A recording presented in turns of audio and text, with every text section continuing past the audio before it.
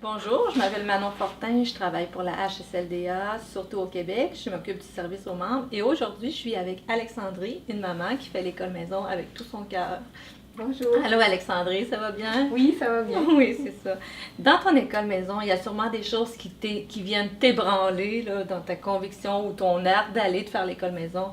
Qu'est-ce que tu dirais qui est les principales choses qui peuvent venir t'ébranler? Ben, je dirais que c'est ça, le manque d'unité avec le papa, ça peut être quelque chose qui est Oui. difficile à gérer. Le fait d'avoir une image trop idéale de c'est quoi l'école maison, dans le quotidien, ça reflète pas nécessairement ce à quoi on s'attendait. Oui, On idéalise. Oui, on fort, pense que la puis- maison de tout le monde est toujours en or. Oui, c'est ça. Puis les enfants, ben, ça apprend pas toujours comme on a envie, puis ça fonctionne pas toujours comme on voudrait. Mhm. Le fait de voir des familles arrêter l'école maison qui étaient si convaincues de commencer, puis qui arrêtent, c'est difficile à gérer parce Oui. que on sait qu'on n'est pas meilleur que quelqu'un d'autre, puis que ça pourrait nous arriver à nous aussi.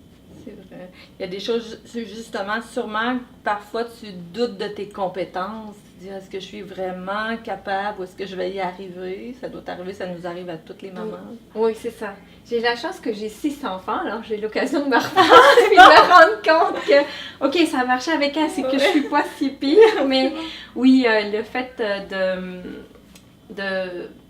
d'avoir dans l'entourage des personnes qui sont pas nécessairement favorables à l'école maison, puis qui vont, sans le vouloir, dire des choses qui viennent nous mettre un petit coup comme, nos enfants, ils travaillent fort, puis là, nous, on voit Oui. le revers de notre école maison, c'est que ça fonctionne pas toujours comme on voudrait. Puis le fait de se comparer entre les familles, ça peut amener de la compétition qui est pas saine. pas Puis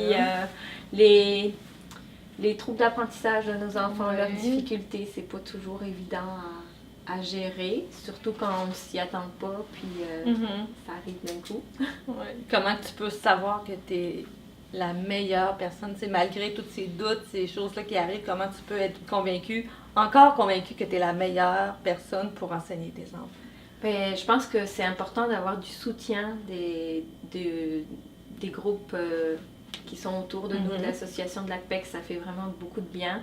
Pouvoir discuter avec nos conjoints, puis aussi de voir qu'on n'est pas les seuls dans le bateau, que les autres vivent la même chose que nous en fait. Souvent on se sent tout seul chez nous, mais c'est pareil pour tout le monde. Puis de voir les faux raisonnements aussi qu'on peut avoir, d'être capable de prendre du recul pour les briser dans le fond, puis réaliser que tout dépend pas de nous, chacun de nos enfants est différent, puis il a ses capacités, il a ses forces, il a ses défis, puis nous on est là pour les accompagner, on peut pas les remplir comme de ça. tout comme ça, et de se remettre à la juste place.